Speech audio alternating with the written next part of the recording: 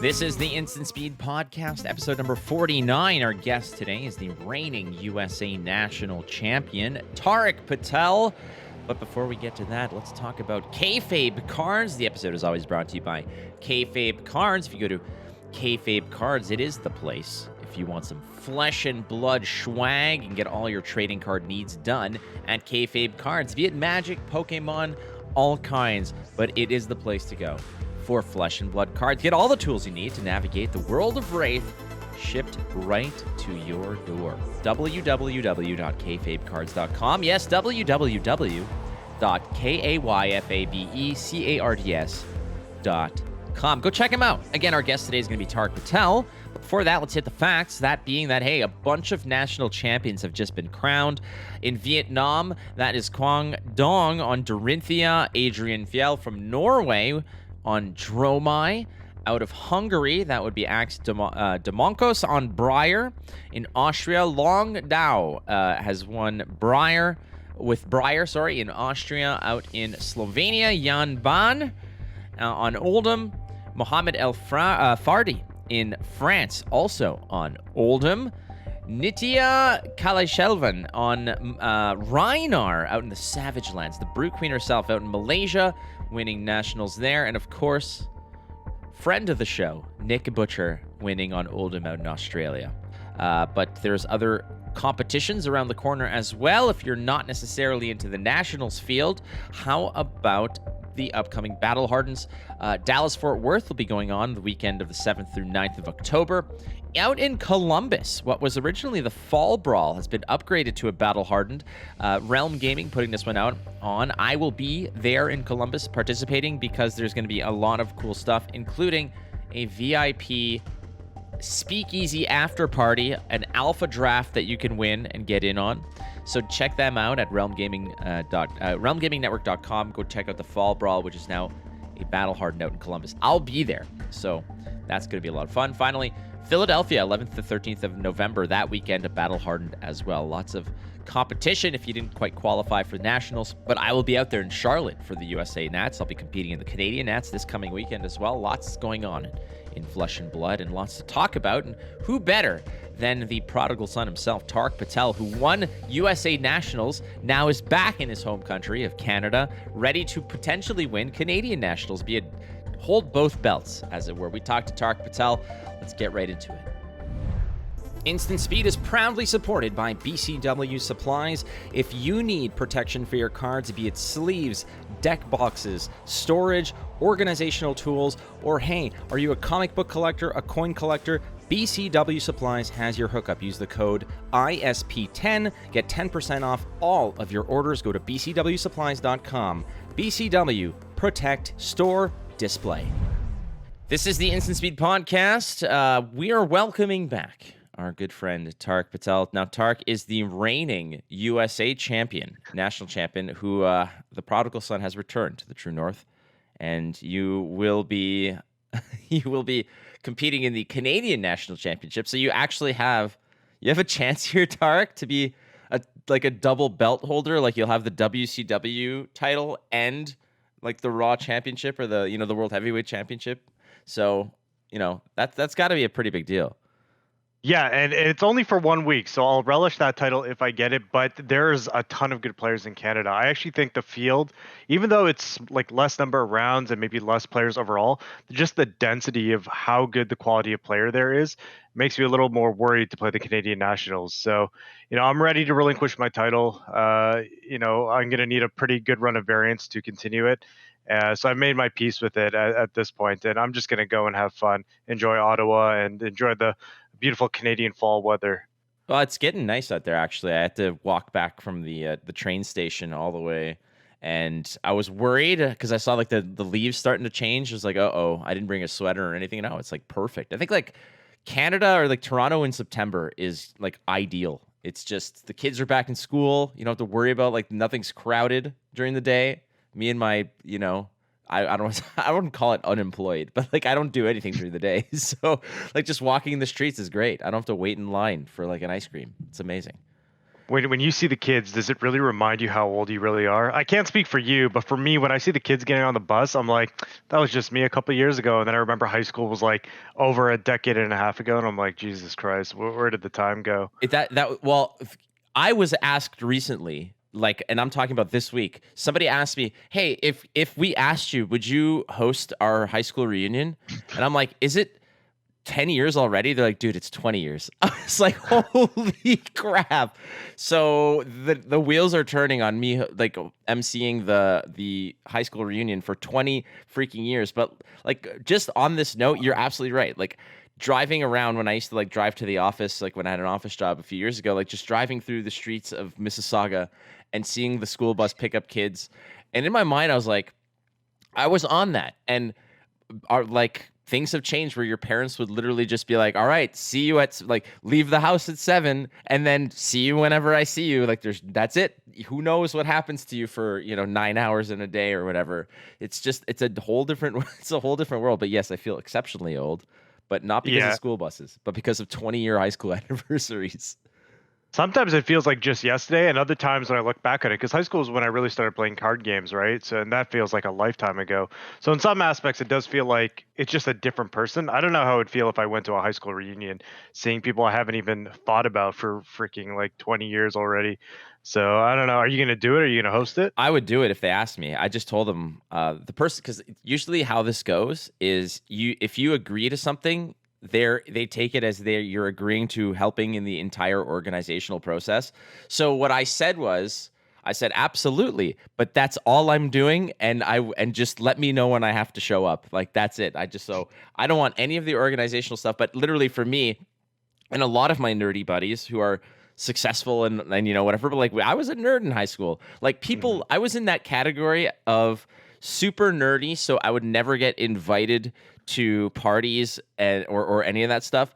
But I was like charismatic and funny enough that people wouldn't pick on me. So I was in that kind of like that neutral zone, that Venn diagram where that little that sort of overlapping space said don't bully him, and I was like, woo, but I wasn't invited anywhere. Like no, nobody wanted to be seen with me, but they're like, yeah, but he's kind of funny and like we like him. So I was safe. It was kind of like being in front of the T-Rex's vision where he can't see you. You're in his blind spot. That's where I was in high school.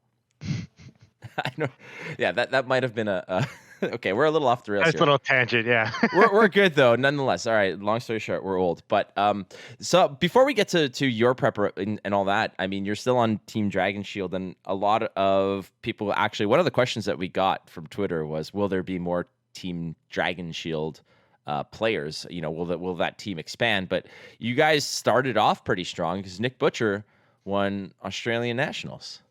Yes, sir. To answer your first question, I can't reveal the details just yet, but I do think we're going to have a new member joining Dragon Shield pretty soon. So you heard it here first. Stay tuned on that.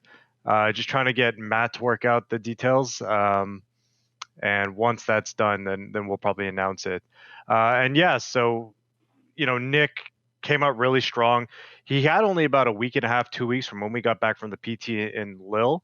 So a lot of his deck choices and ideas were kind of theory crafted rather than hard tested ideas. So it's going to be interesting to see how the metagame kind of shakes out. I think at his nationals, there was something ridiculous like 20 Viscerai, which I don't think anybody expected, right? I think it was the most prevalent deck at their nationals. And it was even more prevalent than Briar, which I think only took like 5 or 6 slots.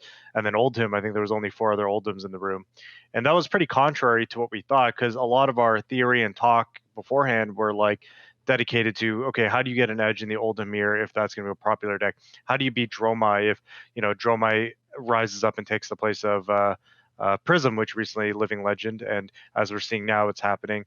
But that just didn't end up happening, and I think Nick it just had a superior deck for the field. He played really well, obviously, did really well in draft, and the rest is history. He is now the newest and reigning Australian national champion, dethroning one Hayden Dale. That's an interview I wish I could have done. Absolutely. I honest to God, I'm not even kidding you here. I wanted to ask Nick to be on like the stack or one of those types of episodes and or even to get him just solo on ISP. And it's funny because we kind of like had this mini bonding session in France where we were chatting and we were just citing episodes of Curb Your Enthusiasm. Like that's where we are both like big time fans. So I'm like, maybe I can kind of parlay this little bonding session into a one-on-one with Nick Butcher. But it's funny because his kayfabe of his character is pretty sweet. Like he's like, I'm not that kind of guy. He's like, I'm that guy for the camera, but I'm really not that kind of guy. I'm like, don't tell anybody. I'm like, dude, everybody loves this kind of character. It's awesome.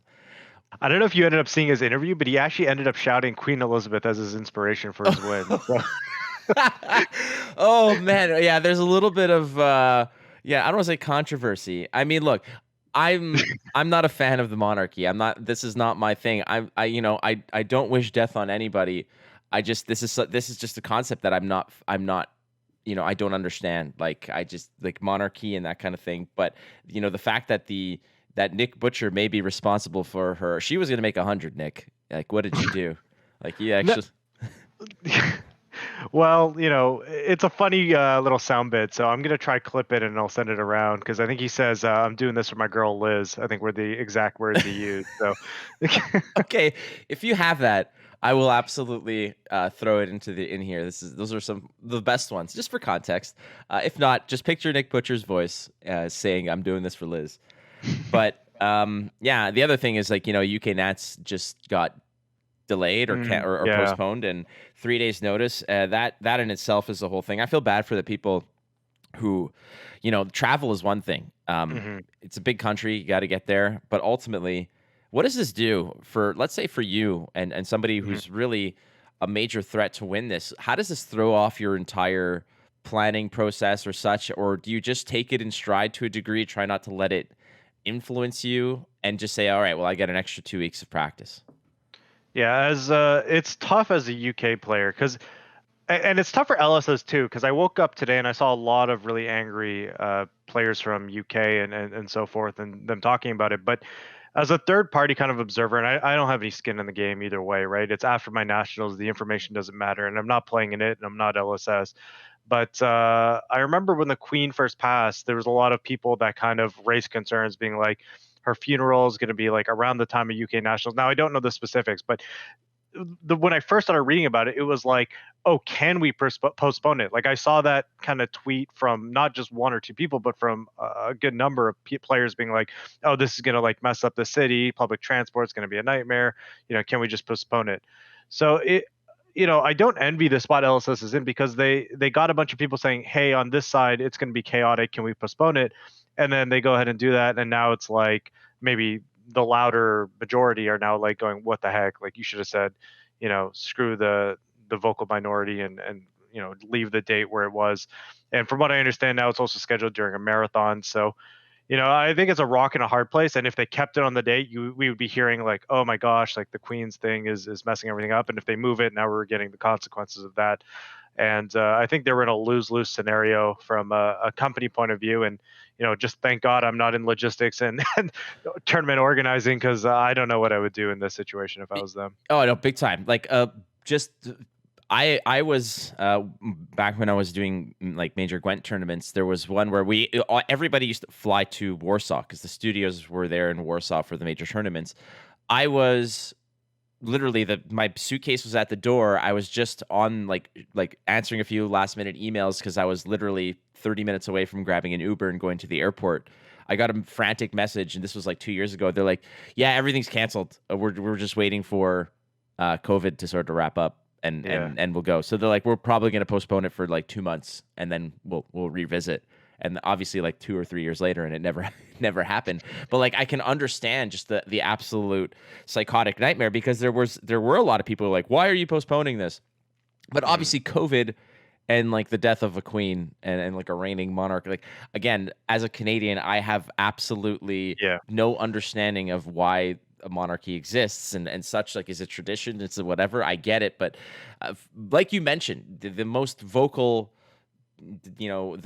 critics of this are the ones who people are going to be reading, because those who are like, yeah, it's a good idea, are not going to go out there and sort of herald it from the mountains. Ultimately, yeah, regrettable on everybody's side. Like, it sucks, but it's surrounding and it's not exactly ideal circumstances for anybody. Nope. Either way, let's talk real quick about prep for Canadian nationals here, Mhm. and we looked at the first week. Like for instance, when you're moving up for Pro Tour, everybody's eyes were kind of on the calling Singapore Mhm. as a barometer and a nice little litmus test of what the meta is going to look like, what to prepare for. But I think that what we've learned from not just week to week, but even weekend to weekend, location to location, that metas are very regional. And how much are you studying the results of, let's say, weekend one of nationals, where we had, a handful of them already take place? Well, how does that influence your prep, and how much of those results are reliable? I think a good amount of them are reliable. I think the players that end up doing well over the course of an event, yes, they have some good variants, but by and large, they put in a lot of preparation and they have good reasons and rationale to do the things they do. Right? They still had to win 8 or 9 rounds in order to become national champion or top eight or whatever the case may be. So there is definitely a good amount of validity in the deck list, especially once the sample size gets a lot larger, like it is when we have multiple data sets from different nationals to kind of take from. So, in terms of my prep, we've talked about this internally. I don't mind saying it here. I've been on kind of 3 decks that I've been considering, maybe 4, ever since the Pro Tour finished, that I was considering after I saw Prism rotate, and that would be Briar, Oldhim, Dromai, and Dash are the 4 decks that I was strongly considering, because at the end of the day, we didn't get a new set between Pro Tour Lille and when Canadian Nationals will be. So the core of every deck remains roughly the same. But what's kind of changed is how the decks have interacted with each other. Because Prism was around, it meant decks like Oldhim, even though they did exist, they were much less prevalent because a vast majority of people wanted to take a lot less risk in their matchup lotteries. Now that that's not the case, we have Oldhim as the week one deck. I think it won the most number of nationals over the last couple of weeks. Kind of rise up, and that was to be expected. And the big question on everybody's head is how does Dromai do into Oldhim right now? And spoiler alert, it's pretty good into Oldhim. So, it's still a very open metagame, I'd say, off the top of my head. What the results do doesn't kind of skew my preparation too much. It's more of like an interesting data point, being like, okay, Dromai's pretty good this week. Will aggro be the play? I still have Briar and Dash in my back pocket. Is it time to break those out, or do I kind of just stick with my preparation and go with one of either Dromai or Oldhim, which are my 2 front runners going forward? Yeah, that's the question here is, like, I think that once the sample size obviously gets bigger, but if you're preparing for a tournament that's this coming weekend, you don't necessarily have the luxury of letting that gestate and expand. But I feel like there's a certain situation where, like you said, like from week to week, things can change. And if Oldham was the star of the first week, which it was, I think that looking at numbers in that regard of how many are appearing, like you said, there was 20 Viserais in like Australia, and that seemed a little bit high.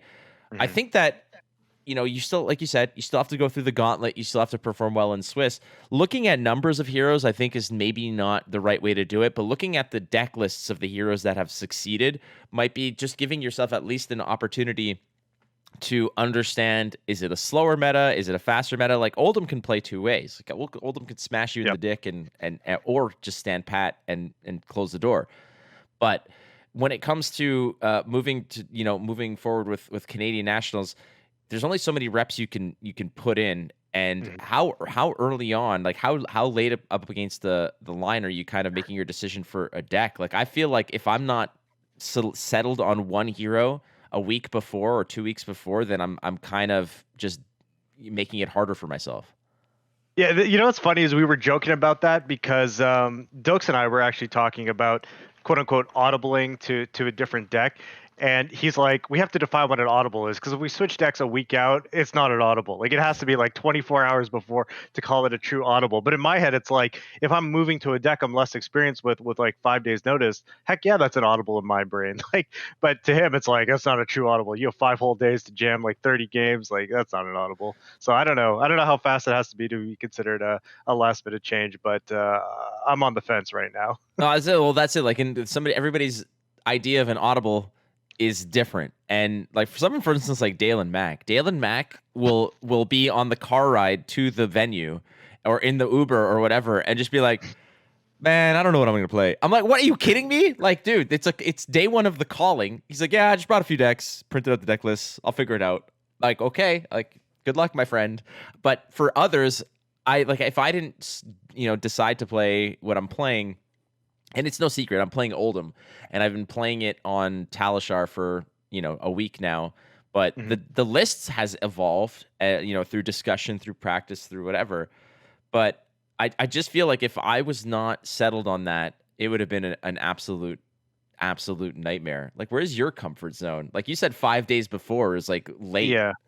I have a rule for myself, and I actually posted this on Twitter when I was talking to Sasha. Actually, he asked me the same question, and I've had some disaster audibles in the past, and I make it a hard and fast rule that I do not change my decks for whatever reason 24 hours in advance. The only exception of changing within 48 hours if I have like a ton of experience with the deck like way beforehand. So like if I'm like intimately familiar with the ins and outs and it's like kind of a toss up and I get a really good reason to play one deck over the other, then I'll change.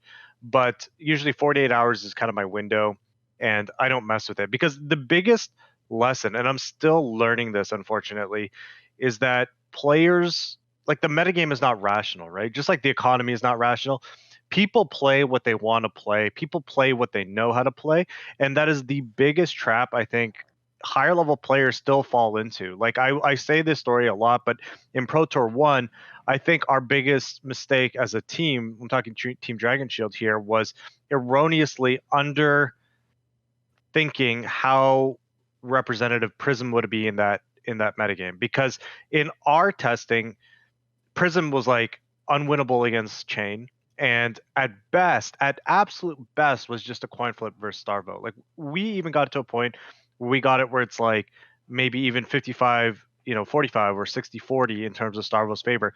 So in our heads, we're like, if anybody tests this, like why would they ever play Prism? Like what matchup are they hoping to hit? And then of course it's going to be like a massive representation when it actually ended up playing at the Pro Tours. So people need to realize that, other people are going to play what they're comfortable with. If you have a lot of reps in something, even if an audible looks like it might give you a slight, like a bit more of an edge, it's usually not worth all the downside for the lack of practice. So that's my 2 There's cents. no, that's a good point. And I usually, when people ask me for suggestions, first of all, I tell them I'm like, I'm not a competitive player. Like I can't really give the best advice in terms of that kind of stuff. But what I do say is I'm like, look, from when it comes down to it, familiarity and muscle memory and just comfortability with the deck is oftentimes a good, like that is what it does for your mentality and what it does for your confidence is good enough.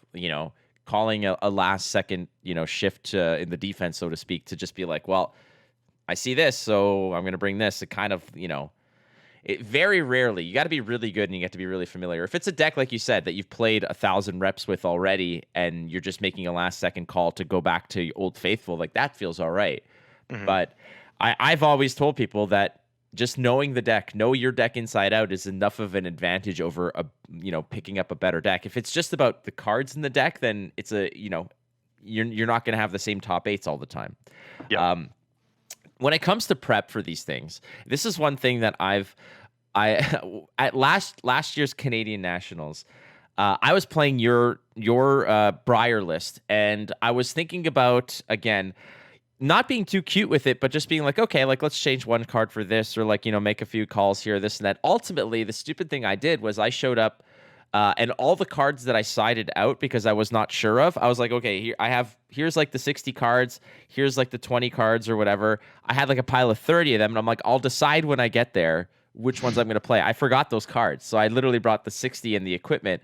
And I was registering the deck and writing things down, I realized that I think I was like 10 cards short, and I didn't know what the hell to do. So I literally just went to whoever was just opening packs of Everfest, and I said, just give me anything. I don't care. Like, it's not going in the deck anyways. Have you ever made an idiot mistake like that, or like showed up and like missing something? Like, what's your story of like your biggest sort of game day bonehead mistake? Yeah, actually, there was a recent one at a RTN, and it was kind of stressful because I only got to play 2 RTNs, or 3 RTNs maybe, like 2 weekends, and one was on one weekend, two were on the other. But I usually don't make like decklist error because I'm like, extremely OCD, so I'll like double check everything the night before, then double check in the morning, and then double check at the venue. But this was like a limited event, so we were sitting down for top 8 draft, and I think they just changed it, right? RTNs were used to be casual, now they were competitive REL. Yeah. So we were sitting there, and the draft finished, and it was like, okay, cool. Now everybody build your deck. And I was trying to like, but the way they did it, because they didn't want to do like deck registration for time purposes, and they didn't want people to like get up and walk because it was the top 8. So they made us build our decks like in front of each other. So like the whole sleeving process was all like face down. So I was sleeving up my deck, and I was kind of just like trying to keep it face down, like trying not to reveal what I was on or what cards I had. And I accidentally put like a red ninja card in instead of like I think it was like a red flex, or like it was like a red ninja instead of like a red leg tap instead of a red flex, which is obviously just way better to be a red flex. And I ended up getting paired against my buddy in top 8, and RTNs, all that matters is top 4. And he was on Icelander, I was on Dromai, and he was dead to rights. Like I'm talking, he was at like 1 life, I was at like 8. He had no arsenal as Icelander, right? It passes back to me. I have like 3 Ashwings, and I draw the freaking leg tap. This is like the last turn of the game too, Oh no. and the judge like is standing right behind me, and like I immediately like put up my hand, and he's like, yeah, I saw it. I'm like, okay, what's the fix? He's like, unfortunately, if this is casual, we just like da da da, but in competitive REL, it's a game loss or whatever. So like I just lost the game, and it was like one of my 3 RTNs that I was doing, and I was like, shit, I might lose like a PTI over this, because I would have to use a PTI then to go to nationals again. And then the kicker to the story is that afterwards I ended up looking it up, because I'm like, game loss seems pretty harsh for that. And it wasn't even a game loss. Like the actual fix, even in competitive REL, is like you just take it out of the deck, or like as long as they deem it non-intentional or whatever, you take it out of the deck, and then I can't remember if you replace it or you just lose it for the game, and then that's it. Like you get a warning, and that's it. So I ended up getting like a game loss on a one board state in the top 4 or top 8 of an RTN. I was like, huh. Yeah, Okay. your stakes are pretty high there. My first game in that nationals where I completely just flipped my deck was against Dave Rude, and I had no idea who Dave Rude was. Like legit, I was literally, this is my first time sort of stepping my toe into like a competitive scene or whatnot. Like I qualified off of XP, and like I was never really, you know, worried about that. But then I go up there and I'm like, Dave Rude, I'm like, hey, Expos hat. I'm like, this is my homie. Like, let's talk. And then later on, when I told people who I lost to, they're like, dude, that's Dave Rude. Like, he's a big deal. I was like, okay, whatever. Like, he's a good guy. He's a nice guy. The Canadian Nationals, like, I'm gonna be there. Last year's you were not at. Mhm. I'm not very, I don't want to say excited. I'm absolutely excited about Canadian Nationals, but it has nothing to do about like the event itself. Like there's chatter about this regarding, I think people saying like, oh my God, I wish I went to like one of these nationals where there was like 8 people playing, like Mhm. easy money, so to speak. And it's like, yeah, but there, rather than like going to US nationals, Canadian nationals, I'm very worried about, because the previous ones were less than desirable in terms of, the circumstances were what they were, but you Yeah. weren't there, man. I like, did you hear about like last year's Canadian nationals? I heard it was like smaller and run by like a smaller tournament organizer, and there was some I can't think of the word, but like mismanagement maybe, and it was run less than efficiently as possible. And coming from the US, I'm definitely spoiled, because our event was run by Channel Fireball at the time. They had their normal team doing it, and it felt like a pro tour calling, right? It felt like a high level event, really good production value, really good casting value. I think you casted, right? The calling. I remember you casting Joel in the finals. So you knew what it was like. So yeah, I'm probably going to be in for a bit of a wake up call when we go to Canada Nats. But I've been playing TCGs a long time. It's probably nothing I haven't seen before. So it Yeah. is what it is. Like that's the thing. It was like it was kind of, I think I came from the US Nats in Orlando, like the Orlando Convention Center, like this big deal. Fireball's running it. Everyone's sort of hooting and hollering, and it's a big deal. And then I go to like Canadian Nats, and Yeah. you're at like this gigantic sort of like prison lunch table that like spans the whole thing. And our play mats were kind of overlapping one another. We were so cramped. I had to keep my scorecard and my deck box in my lap, which was like a Mm-hmm. little bit weird. And anyways, this one, look, I have high hopes and aspirations for this to go super well. I just am a little bit skeptical. Ultimately, though, like you mentioned, the player base there is going to be over the top, like really, really good. And I know that I've been not, I wouldn't say practicing with you, but we've been chatting and all Mm-hmm. this. But do you have a favorite to win that tournament that isn't me? Yeah, me. Yeah, that's fine. No, no. There's a lot of good players in Canada, right? Like, if you think about it, nobody knew who Yuki was before Canadian Nationals last year. But was Yuki that much better of a player after she went and won a single tournament? Of course not. She was still Yuki the day before she won Canada Nationals. And there are so many good players, in Toronto, not just me or Yuki or Isaac or Dux or whoever, that most people haven't even heard of, and that's what Whatever. is That's so all good. I'm not scary. here. No, don't worry about it. I mean, you got to be my friend to be shouted out, right? So You're right. we're just gonna cross that We're bridge, and then technically colleagues through like various like through I think we can consider ourselves like work related colleagues through like I guess writing for Channel Fireball. Maybe that's like our okay, that's our intersection. but my point is that when I came back and even I played the Anime North event, there was so many good players that I was like, holy cow, like every round is this like slugfest of like thinking, and there was no like easy wins. So it's hard to say who the favorite is. I mean, we're all it's a tight group, and a lot of us are testing together. Um, I wouldn't be surprised if Yuki won again. I wouldn't be surprised if Isaac won. Wouldn't be surprised if you won. There's so many good players, anything could happen. But may the best player win at the end of the day, and I'm just excited to play. I'm gonna throw this out here. You would be surprised if I won, so don't bullshit me. It's all good because I would be surprised if I won.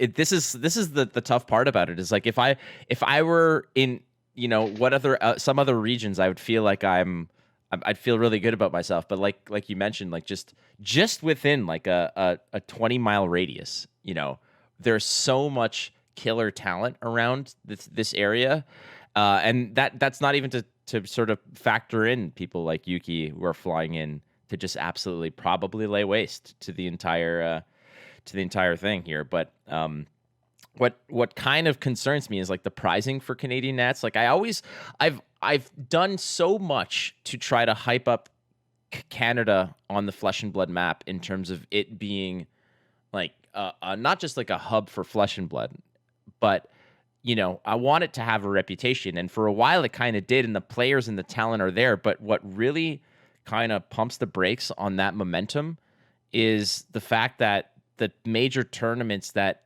go on are oftentimes met with, I don't say poor reviews, but bad experiences for people, so to speak. Right. What do you think it'll take for, for example, where 2023's schedule comes out, it's like, oh, there's like two or three, like there's two callings in two callings and two battle hardens in Canada. Like there's Vancouver one, there's a Toronto one, there's a Mhm. battle harden in Montreal, and there's a battle harden in like Winnipeg or something. Like, what'll it take for Canada to get that kind of established competitive scene, like those high tier tournaments? In one word, professionalism. So I'm a big believer that. So this is why I'm a terrible business person, and I'll probably never be like exorbitantly rich, is because I think the product or the service that you provide comes before making a profit, and those two are always going to be at odds with each other, right? A tournament organizer that runs an event for minimum cost, maximum value, it's by nature going to be inefficient, understaffed, maybe whatever the case may be. So I think any TO could run a good tournament. Even if I was asked to run an event as big as a calling, with enough time and preparation, even if I don't know the ins and outs, I could go talk to people that do. I could hire people that know how to scorekeep well, how to make a tournament run well. I could invest my resources and time into that. So I think as long as the tournament organizer, whoever gets the calling or whoever gets these big events in the next couple of years, takes it seriously and cares about their reputation and growing the game first in Canada, it'll be a well-run venue. And you don't even need to run it at like a fancy convention center. Like I've been at tons of good events that were run at like just out of hotels. Like one of the best events I ran was back in the day. The TCG player used to have like a 5K circuit running around America, and that was run in at the in a Sheraton hotel or whatever, and it was super well done. It ran on time. The venue was well spaced out. The judges were adequate. It was like one of the best things I've ever been to. So as long as the people running it kind of put the appropriate time and effort into it and don't try and like price gouge every little last penny they can, I think it'll be okay. Like that's part of it, absolutely. And what look, I'm never gonna crap on those who sort of really take the reins to try to make these events big and support the game. I'm all for that, and I appreciate that. Like card shops that come in and say, you know what, we're gonna we're gonna do this. But sometimes it's just a matter of like, okay, but you have to understand that what you're biting off here is a pretty big morsel for you to chew on. So it's one thing to I don't know how it works necessarily, whether you're bidding on the event or just you're applying for it or it's awarded to you or you're approached. But when you're kind of tapped on the shoulder to say you've got Nats, like you've got to kind of, to a degree, if you agree to it, and yeah, you want all the prestige and that comes with it, you have to be ready to, I don't want to say take a loss here and get kind of shredded by putting on a big show, but you have to understand that I feel like your responsibility is to the production. It's not to the bottom line in that regard. Yep. And like last year's Canadian Nats was was sort of tucked away amidst, you had to walk past the Brett the Hitman Hart autograph table to get into the back room, to get into the sort of like past the coat rack into go where we play cards. And, Mhm. if it was that or there was like Dominic Hasek. So I was like, at a certain point, I'm like, I want to go and, I want the Hitman to like sign something for me. I want to go see Dominic Hasek and hear him pronounce Marian Hossa. Like that's like my favorite thing ever. But ultimately, when it comes to these events, do you feel like if you are awarded it, your responsibility is to putting on the grand spectacle? Like you have to kind of, even if you're going into the reds, like that's kind of what you're hitting. Because like the pricing for Canadian Nats is not all that fantastic, and like even like you're getting the gold foils and this and that, but like I think if you finish in like the top 8, like if you finish 8th at nationals, like your pricing is like you get the gold foil, sure, but you're getting like 2 box of Everfest or something, like it's Mhm. great. It's like anything helps, obviously, but this is it falls behind. Like I feel like if you're trying to put Canada on the map to be like this, you have the player base, you have the talent, but Mhm. you're like, why would you go out there? I feel. Yeah, and I'm speaking from a place of ignorance, obviously. Like, I don't know how much of the prize support is pulled up by LSS. Like with American Nationals, I'm guessing the 100K or whatever they're putting up all came from LSS. Is all the prize money and stuff coming from LSS for this event too? Do you know that information? Because I I don't. honestly don't know. I just know that, like I can probably bring up with the prize structure. I'm gonna look for the prize structure of what's awarded, but I don't think it's like I don't think there's cash associated to it at all.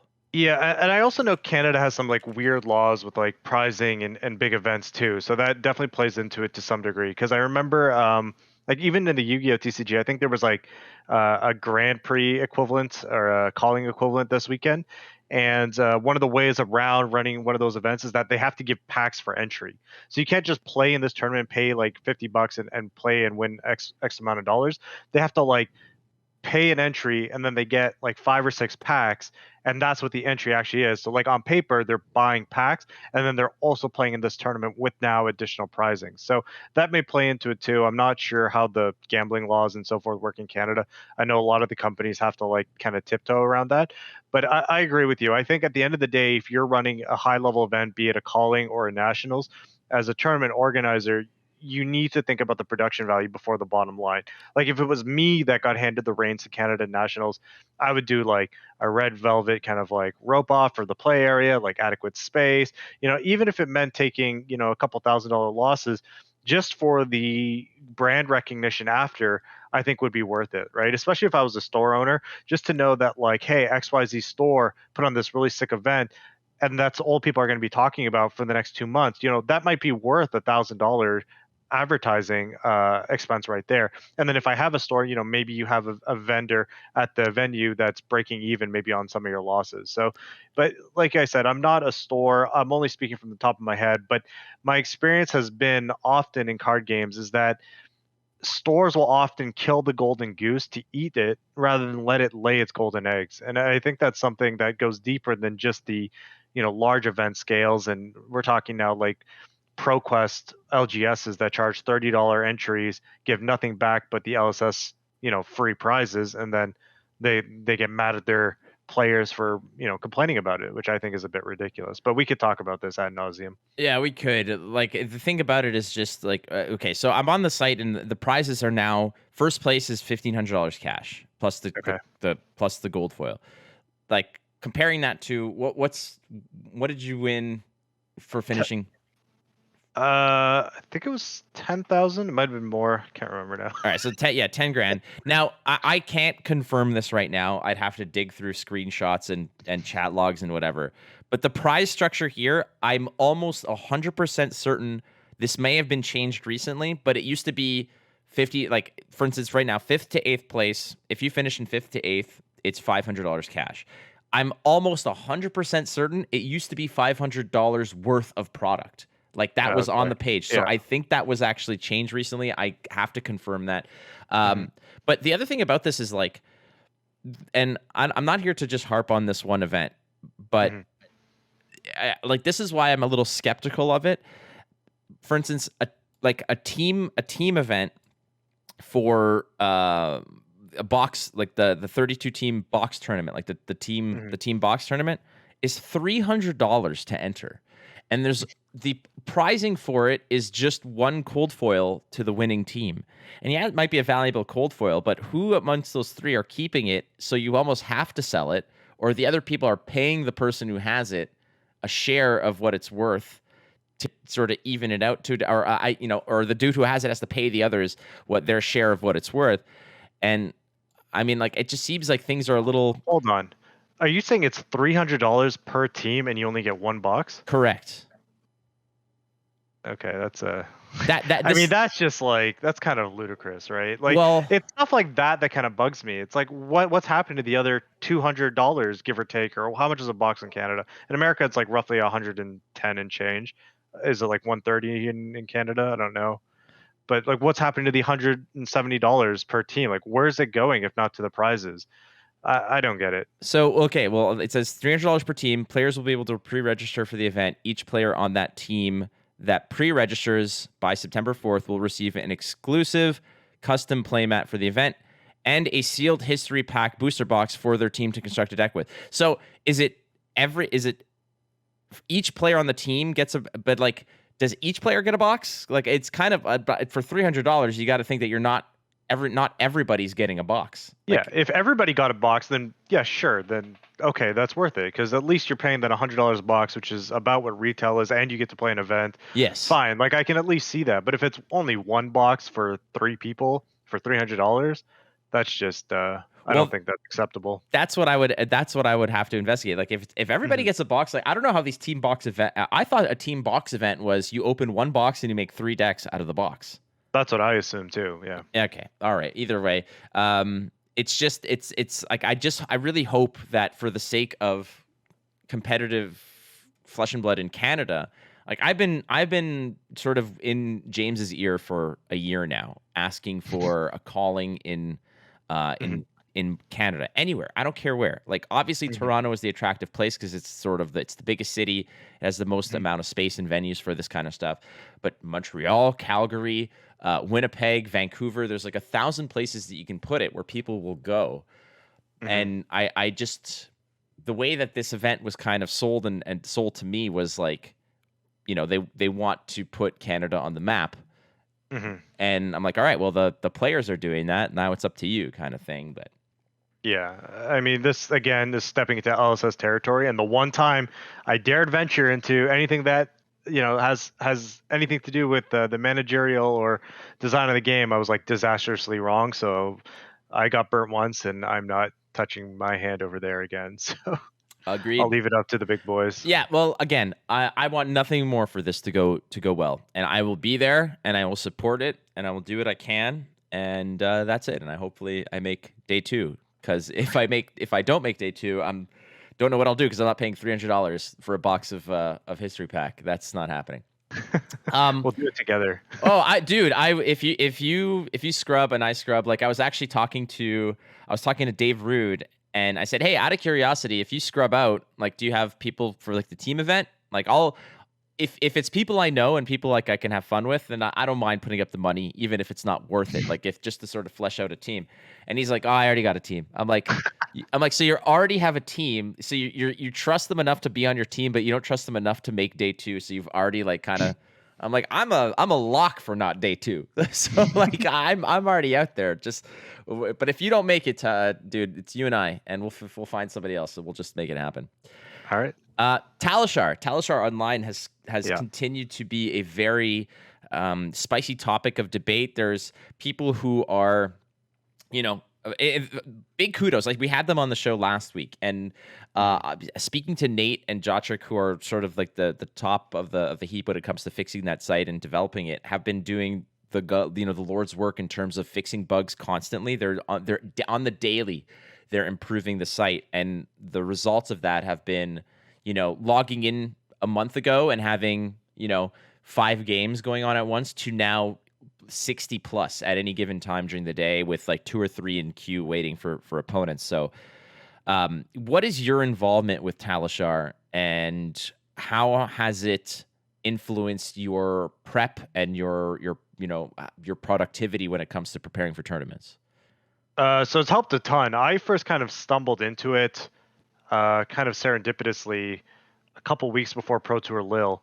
Um, my laptop that I took with me around Europe can't run Tabletop Simulator, and I just happened to come across one of their tweets, and I was like, "Oh, this is a cool site. I wonder if it's like somewhat functional." And I was clicking around, and I actually really enjoyed it. It kind of reminds me of like the old version of Magic Online. I don't know if you have any experience with it, but I've tried it. Yeah. so it was like was kind of familiar in a lot of ways, and I'm like, okay, this is kind of cool. And it was able to be run on my browser, so it was invaluable in terms of my testing process. And it's just kind of exploded in growth over the last couple of weeks since Lil. I've been tweeting about it. Folks has been tweeting about it, and then other people kind of picked it up and they realized, yeah, this is a really cool thing. And it's such a advantage to be able to just play a pickup game at a moment's notice with just another person that's ready to play as well. You don't have to coordinate with people. You don't need a whole like big testing group. So I think it's going to change the way the game is kind of learnt and played for the foreseeable future. Because before, you have to be Dalen Mack to play 30 games a day. Yes. Now I could play 30 games a day, or you could play 30 games a day just lying in bed, right, or getting a coffee. So it's going to change the way people practice. The convenience of it has been exceptional, I think, and even when I was like, I spent 4 days or three or 4 days in Montreal, and on those times where all my stuff's here back home, but I was in Montreal at my parents' place visiting, and like, I got an hour to kill. It's just bust out, go to my dad's laptop, and it's a tabletop thing. I don't have to install anything. It's like a desktop or a browser-based thing, and it's just like, all right, load it up. I have an hour to kill. Let's play a game and go. A lot of the concern, however, is regarding what this does to 2 aspects. Number one is, what is this doing to the actual fundamental spirit and the core of the game being to be played in person. This has been a debate that nobody's arguing that it's very easy to learn it. The learning curve of Talishar is not huge, but what it's attacking is the culture and the Right. fundamental spirit of the game. That's one. The second part is, what will this do for meta solving, data, access to this kind of thing? Will this just Mhm. kick into hyperdrive how metas are kind of sifted through? So what are your thoughts in terms of those? Yeah, so the first part, the spirit part, I think is the interesting one and the meaty point, because I think even LSS, I can see kind of like internal struggle among them to accept it. Do we reject it? But in a nutshell, I do believe that a rising tide kind of raises all ships. So there are people that are like, it hurts the spirit, right? Flesh and blood is meant to be played in the flesh and blood and blah, blah, blah, and so forth. But I am also a big believer in evolve or die, right? And I think at this age and day, especially, you need to have some sort of digital client because it's going to happen regardless, right? Like we saw that with Tabletop Simulator, even when there was nothing else, people still found a way to take this third party, completely unrelated program, make a mod for it, and now you have this significant gap between players that play TTS on a regular basis and then players that didn't. And we already saw that accelerated growth between like folks was able to get in so many games. I got in so many games, and the learning curve was just exponential compared to some people that would only play once a week at their LGS. So in some ways, fighting a digital kind of, you know, aspect of the game is inevitable. Like you're not going to win that fight. It's going to exist digitally at some point or another. And I would even make the argument that a digital product is good for the growth of the game. Like it's going to get more people invested as long as it looks polished, it plays well, and it's a fun game, and they can keep up with their end of it. Like LSS, all they really need to do, all they need to focus on is make a really good game, increase product releases slightly, make sure the formats are fun and balanced, and just not get in the way of what the community is doing. And I think they have a recipe, they have the golden goose. I think they have the secret recipe for just the next game, right? And we saw this with Magic too. I know people are like touchy and they don't like to draw parallels here, but Magic really exploded when Arena came out, right? My freaking girlfriend Amanda, who is the most normie of normal people, she plays Magic Arena, right? Like when I saw her do that, it blew my mind, right? Yeah, sure, she has like an 83 pile deck with like 3 colors mixed in and a cat because she thinks it's cute. But my point is that somebody like her got introduced to a game that she would 0% have played if it was only Magic Online, or 0% have played if it was only in paper. And now she's like, hey, there's a Friday night locals. Do you think we could go sometime? Or do you think you could build me a deck in this format? So like I understand the allure of like wanting it to be LGS focused, and there's no reason it can't be like local focused and make all the high level events and make everything very much based in in real life. But online is going to happen regardless, and I think it can only be positive for the growth of the game in terms of that aspect, in terms of the spirit. The data thing is another topic, but we'll touch on that in a bit. Yeah, like the issue with this, I find, is like you mentioned. Eventually, if there's the whole Darwinian mantra of, it's adapt or die. Like that's kind of the way it is. And if you're not keeping up with it, you might fall behind. The question is where does Flesh and Blood want to be? I've had this discussion a lot with other games I've been involved with. I know I always fall back on Gwent. It's just the one that I have the most experience with. But they've never, the argument for so many years with that game was like, why are you not investing more in marketing? Why are you not trying? You have the game is unique and interesting enough that you had the opportunity to challenge the big dogs like like Hearthstone and MTGA and such like that. And what I always fell back on, and from my discussions with them, was that they just didn't care. They didn't want to be the big dog. They didn't need to be. Much like, like Hearthstone is a massive, massive money engine for Blizzard. But if they chose it for it not to be, it wasn't going to kill the company, because they had World of Warcraft, they had StarCraft, they had all these other IPs that they could fall back on and make money with, Overwatch, etc. With Gwent, it was the same thing. They make their money off The Witcher and Cyberpunk. They couldn't care less about Gwent. It's sort of a side deal. And I'm wondering if Flesh and Blood has the same current mindset, where they may be thinking like, we're not out here to supplant or replace or even challenge Magic's footprint on the world. We're content being, having this indie feel, but but at the same time, they're not an indie company anymore. Yep. They're not small potatoes. And I feel like, you might not go out there and hire this major company to create the digital platform, polish all the animations and all this stuff, make it like almost cinematic, like Runeterra might be. But you should probably not throw any wrenches in the system for those who are making this happen. and And this leads to what the detriment of Talishar might be. Do you see this right now, perhaps already having a consequence on Flesh and Blood's main mission of playing games? Like I don't know. All the tweets I see are of, oh, we had like 21 people at a random armory tonight. Like we're Mhm, growing, and mhm. meanwhile Talishar is also growing. It's sort of kept up. It seems with the growth of the game. This is gonna sound harsh, but it comes back to your wrench in the gears type analogy. LSS has no control over this. It is not up to them anymore. And I think the worst thing a company could do is get in the way of what their customer, consumer, player base, whatever you want to call us, wants, right? It is very clear that people are enjoying this digital form of Flesh and Blood. And I think at this point, I think the worst thing LSS could do right now is to copyright it, send them a cease and desist letter, and basically shut down Talishar, right? Because that serves no purpose. It, it it'll get back to their mantra of you play in real life only, but your consumer base has spoken. So it's either you shoot your consumer base or you just go with it. I don't think, and they're not the ones that are controlling this, right? We the consumer are saying we enjoy this type of product. Please support it. Please make it better. It's only going to draw more people, and it's up to LSS whether they want to fight the wave or like swim with the current or be swept away with it. So I think this is, like you said, 100% analysis court, and the only decision they have is, do we mess this up for ourselves or do we just let it ride out and kind of evolve and adapt? Because there's ways to just embrace the digital side of it, but make it more real life focused. You don't have to fully embrace the digital. You don't have to run ProQuest. You don't have to run armories on it.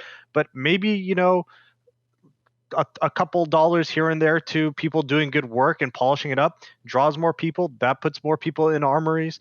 It's a very entangled ecosystem here, and I think one is way more codependent on the other than people like to give credit for. I I From my perspective here, all I've seen are that more people are playing the game because of it. Yeah. A lot of the conversations I have with new players, like I've streamed this, I've streamed myself playing and practicing on Talishar, and a lot of the conversations I have with people who join the chat are like, "Oh, okay, like this seems simple enough," and like, "Oh, how do you buy packs?" I'm like, "Oh, you don't buy packs, you know." Mhm. But if you want to play in official tournaments, you're going to have to buy packs and you're going to have to go play or whatever. And they're like, oh, I'll give it a try and this and that. Like they're watching me play. New players that are interested in the game, a lot of the time is that they're either they don't want to join it because they don't want their first experience to be a negative one by going to a shop with a deck that they've piecemealed from a blitz deck and sort of expanded. It's not a good deck. They're intimidated and whatnot. So maybe they want to get a few reps in with just to learn the rules. And I'm not saying that the community is not helpful. I am so enamored with this game in the community because my first experiences with the game were with people who embraced me, taught me, and were very welcoming in that regard. But Mhm. I'm with you on this, is that you can't, I think that you can't stand in the way of your own growth. You can't shoot yourself in the foot like that by stopping what is essentially it's free advertising, it's Yeah. free growth. And this leads to the discussion of people who might criticize and be against it because of data, like this scary Mhm. word that everybody kind of suddenly has just leaned on as another defender of why Flesh and Blood is so unique in the way it is now without Talishar, is because the data is so scarce, because the information of metas and card usage and win rates and such is very dependent on how much players are invested in sleuthing this stuff out by looking at tournament reports. And Mhm. it's this sort of clandestine espionage network where if you know somebody, I remember I used to get texts and messages from people like, hey, if you got glances at some of these deck lists, can you like send me screenshots of them or like take a picture with your phone and send them to me? This, and I'm like, well, I can't, but like this is kind of where it's come down to. Is data from Talishar, A, is it reliable, and B, what is the impact of it? So coming from Magic, I think this debate's been like solved, and it's funny because in the community, even you can see who's played kind of Magic Online and who's kind of experienced this kind of discussion before and who hasn't. Because all the people that are pro Talishar and data sharing usually don't have a background from, Magic the Gathering or have played a lot of Magic Online. And everybody in favor of like, yeah, we should probably not be sharing these results with everybody. Data collection is good, but who sees it is another debate that we should be having. Usually has the same background as me. For those of you that don't know that might be listening, is that there's a game called Magic the Gathering, which I'm sure you've heard of, and there's a digital client of that game called Magic the Gathering Online. And several years ago now, I don't remember the exact time frame, but what was happening was, and Magic. Keep in mind, Magic releases sets much faster than Flesh and Blood currently does. It was like on a time schedule of one set every 2 to 3 months or so. And in that time period, formats were being solved in a matter of 2 weeks. Okay, and that's because what they would do is they have these online 4 to 8 round tournaments, depending on if it was a weekday or weekend, and the top 8 decks would be published in their entirety. Every deck that 5-0'd would be top posted, and the minute that happened, optimization would just be so rapid, right? People are like, okay, this is what's winning. How do we make it slightly better? How do we make that slightly better? And boom, you have a solved format. And Wizards of the Coast actually had to go and say, okay, we're not doing this anymore. We are not posting deck lists. We are just going to take one deck list of every archetype that does well, and we're just going to give you, hey, these are the things that have done well, not every deck list. So the data we have right now coming from Magic Online is very incomplete, and it's hard to parse any actuality from it, and it's kind of driven it back to, okay, you have to test and kind of figure out for yourself what's good and what's not. And the biggest worry that a lot of us players coming from that game are having is that while Talishar is good and fun and for the spirit and for the growth of the game, it can make the gameplay a bit monotonous itself, right? If everybody has access to what the best decks are and the sample size is large enough, like the discussion's done. Why would I ever test? If I just know Briar's winning 68% of the time and Viscera is winning, 51% of the time against an open field, why would I ever consider Viscera? So that part of the data collection, yes, I am 100% convinced, and I would have to hear an amazing argument for that information to ever be public. Now, where that information is useful is that it can be sent to LSS, and they can get stuff like how many turns does every game last, what's the average damage output for each hero, da da da da da da da da, and that information used internally can have great value, right? Like we're talking abilities to tweak certain cards because we know, avoid pitfalls because we now have information that we didn't have before. So I think that data is invaluable to LSS, but should not be in the hands of players. If a company like, let's say, Wizards is suppressing some of the information because metas get solved so quickly, isn't that kind of like an artificial, open meta to a degree? Like if you're actively hiding information from people just to preserve a little bit more mystery within a meta, doesn't that feel like you're cheating to a degree? Like you're handcuffing players.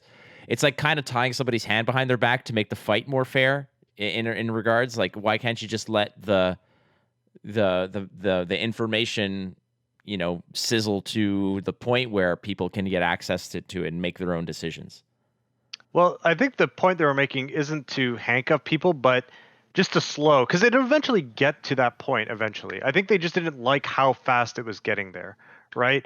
I think they always kind of knew that towards the end of every format since the beginning of time, it gets figured out. Like the week before the next release is always the worst time to play any game, right? Think about the classic constructed format before Everfest came out or before Uprising came out. Nobody wanted to play that because we always knew what the best heroes were. We all knew what all the matchup spreads were. It was kind of like, okay, whatever, like we'll play it again.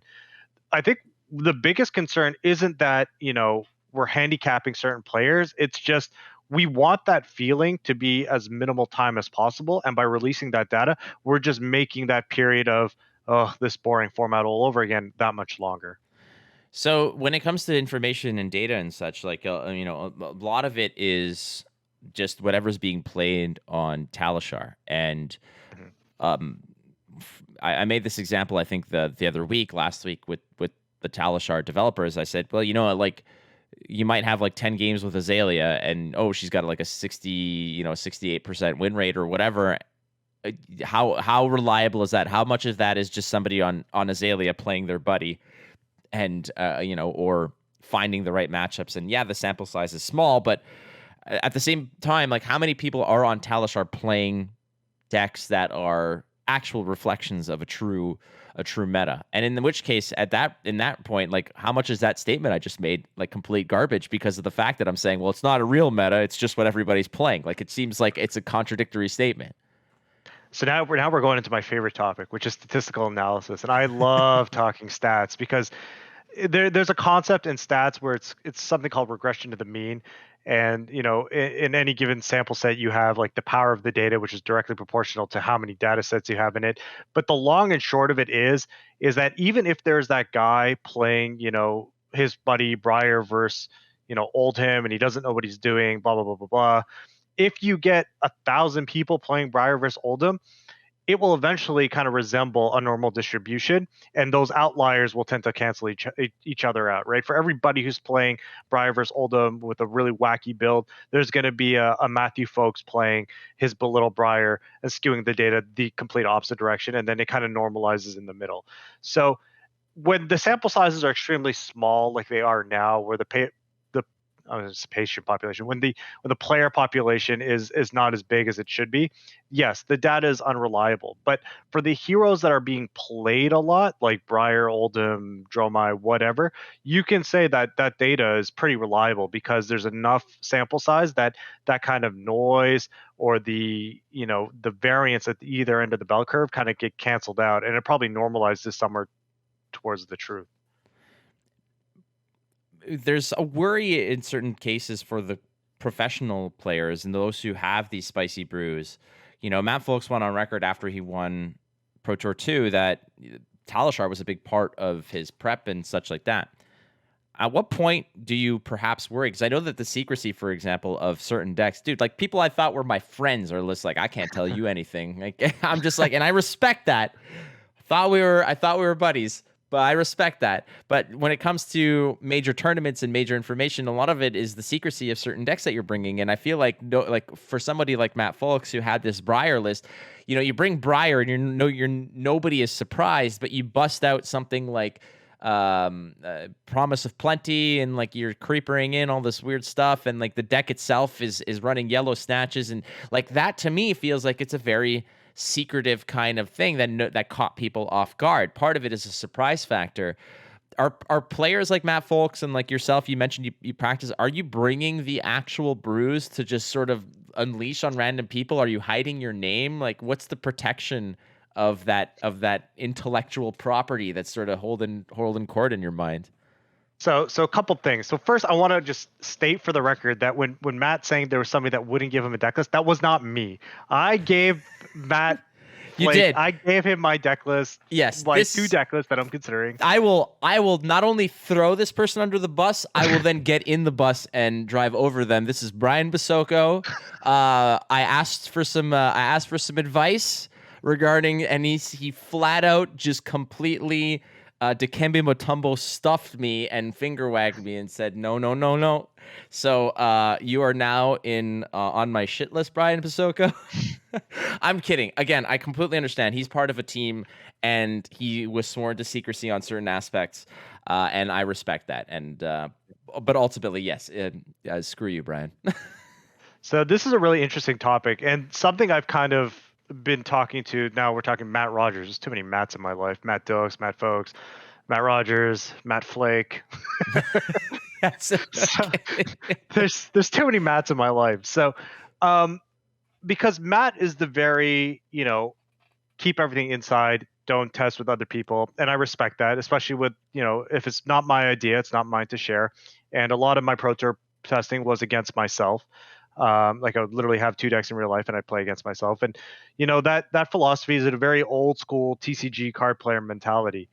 As somebody who was kind of raised on more of a digital platform, to me, the larger amount of games and overall practice far outweighs any kind of secret tech, because it gets to a point where there's enough games being played that you no longer have like really really surprise decks coming out, because there's so many games being played that if there was something like that happening and there's enough people now trying to break the edges on the extreme fatigue part, on the extreme aggro part, on the extreme board presence part, as far as Droma is concerned, that and there's enough games being played that if those things existed, they would just be known things at the time. And I think the best edge you could give yourself is to just play the most amount of games as possible. So if it was just up to me, I don't care.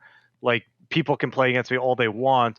The information I'm learning are because of the questions I have, because of certain things I'm trying to figure out about certain matchups, right? It's not necessarily about one card choice. It's about how AD cards interact with each other versus the entire metagame. So completely different way of thinking than, oh, I'm playing I don't know, freaking Cranial Crush yellow in my Ultim list or something like that.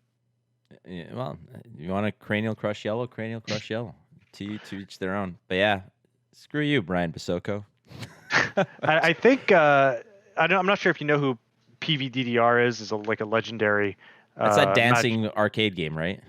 No, he's like probably the greatest Magic player of all time. But he came out with an article a couple years ago about this very topic, about you know back in the day, pro teams used to come up with the best deck and try and keep it super secret, and just try and get a deck edge in the metagame, where he kind of openly admitted, this is a kind of antiquated process now, where the bigger edge and what they should be doing is testing with as many people as possible to make sure that their ideas and plans are solid, and then just kind of working together in like the limited capacity or so forth, because it's so easy to think you know something, convince yourself that you know it, you're 100% you know it, you test it, yes, I know this to be true, and then you've overlooked this tiny, tiny detail, and bam, your best laid plans go to waste.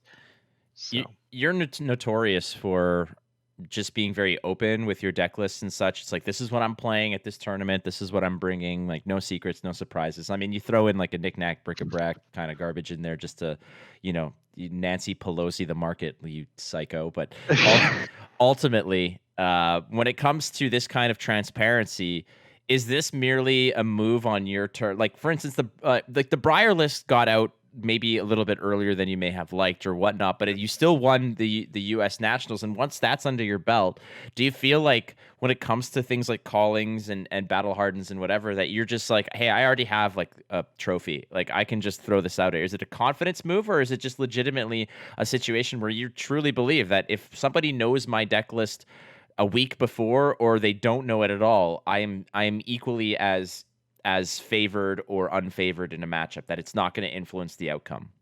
yeah, so I'm kind of in a hard place more because of my testing situation, I would say.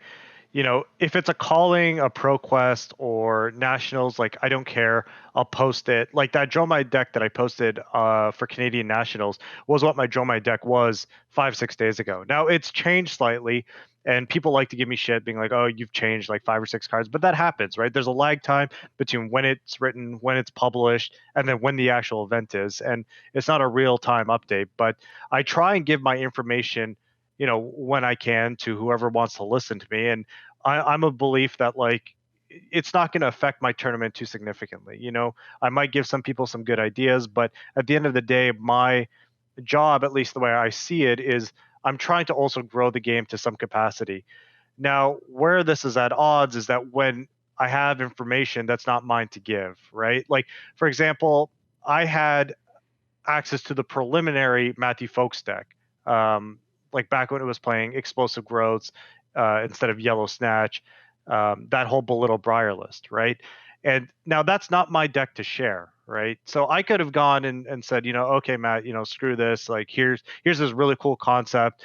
Uh, you know, um, you guys have fun with it. Maybe somebody will figure it out. I didn't end up figuring it out. Yellow Snatch ended up being the key that I was missing, and me and Matt kind of branched off after that. But we still talked a bit, and I knew what he was doing. A couple weeks before the Pro Tour, or even when Matt Rogers sends me an idea, I'm like, hey, we're looking at this dash list for Pro Tour.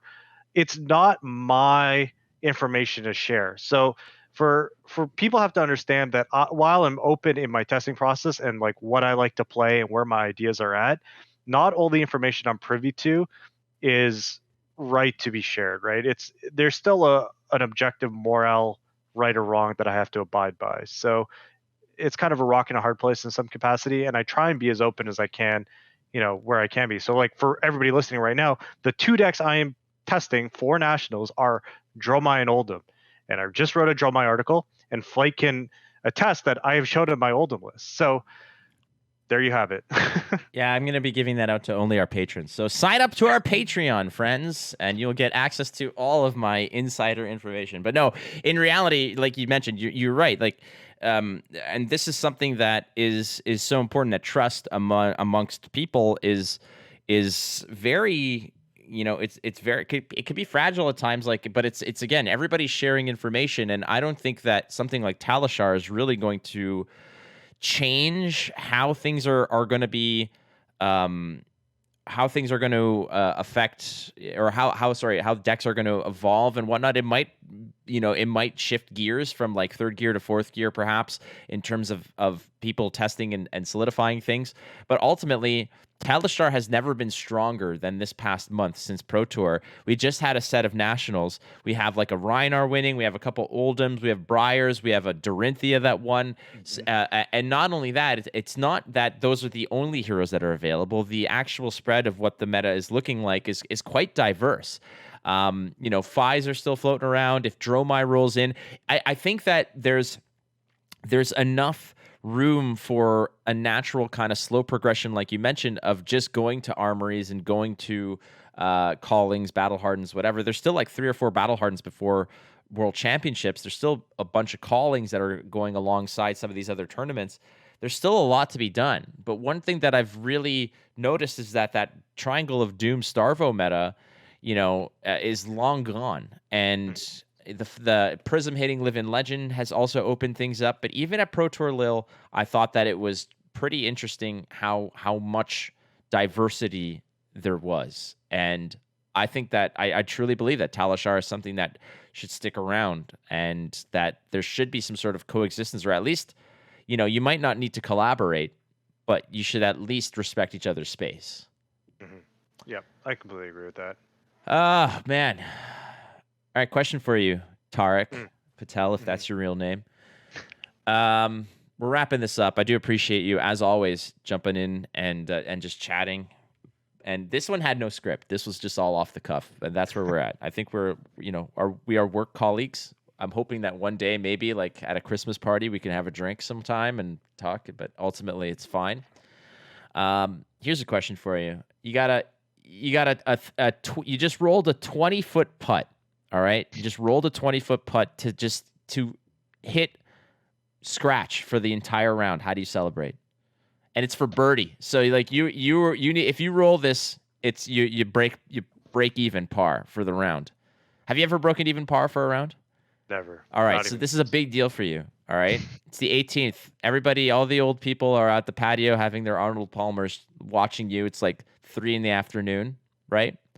You roll this putt, it just lips in. You're good. How do you celebrate?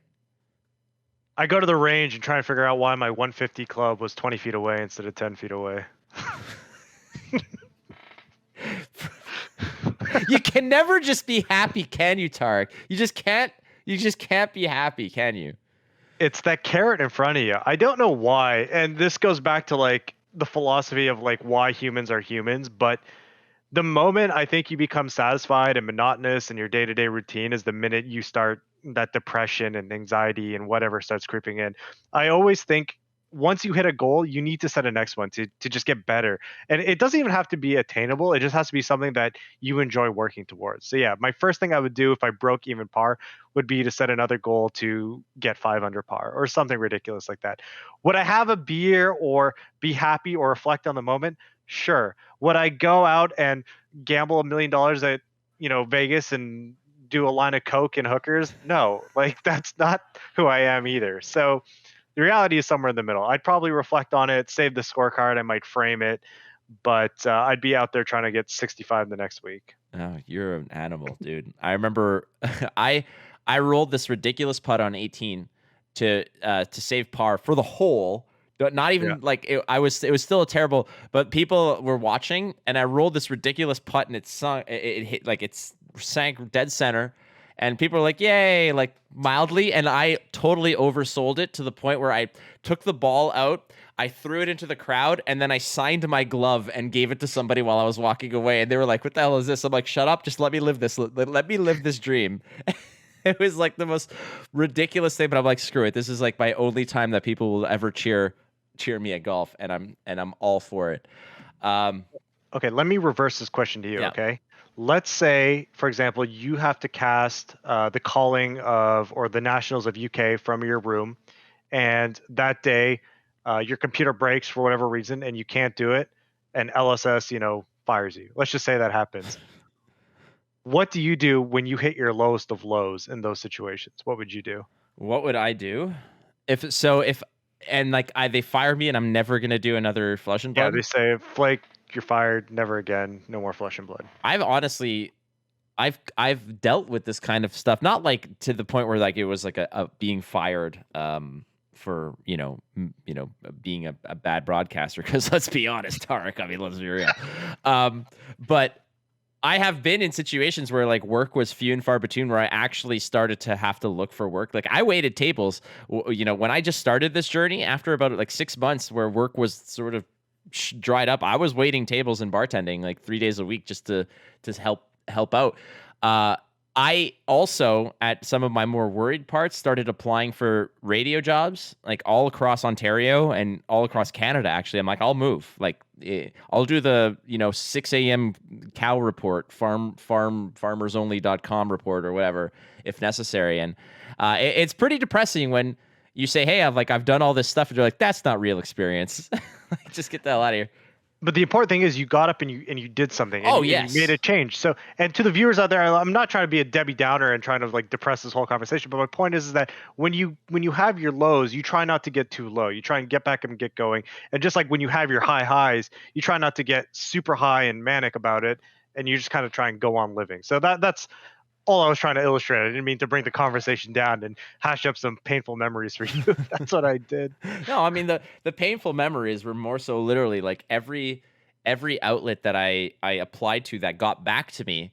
And I'm like, here's everything I've done. Here's like a demo reel. Here's all kinds of stuff. And they're like, that's not real experience. Sorry. And I'm like, what? Like, it's broadcasting, you clowns.